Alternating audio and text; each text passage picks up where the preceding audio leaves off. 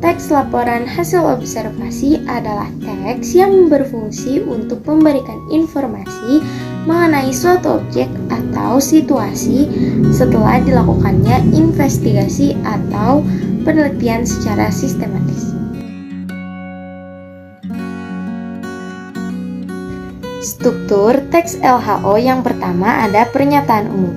Pernyataan umum adalah bagian yang memuat keterangan umum dan berbagai informasi tambahan umum dari objek yang diobservasi. Yang kedua ada deskripsi bagian, berisi pemaparan secara rinci mengenai beberapa bagian dari objek yang diobservasi yang kemudian membentuk kesatuan hal yang dilaporkan. Yang ketiga ada deskripsi manfaat. Struktur LHO ini bisa berisi kesimpulan atau pemaparan penulis mengenai kegunaan, kelebihan, dan manfaat dari objek yang diobservasi. Ciri umum teks LHO yang pertama bersifat objektif dan tidak memihak.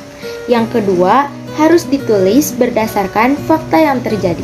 Isi teks tidak boleh mengandung hal yang menyimpang. Yang ketiga, teks disajikan secara menarik, tata bahasa yang baik, dan susunan teksnya logis, serta isi dari teksnya berbobot juga berkualitas. Yang keempat, isi teks harus ditulis secara lengkap dan juga secara sempurna.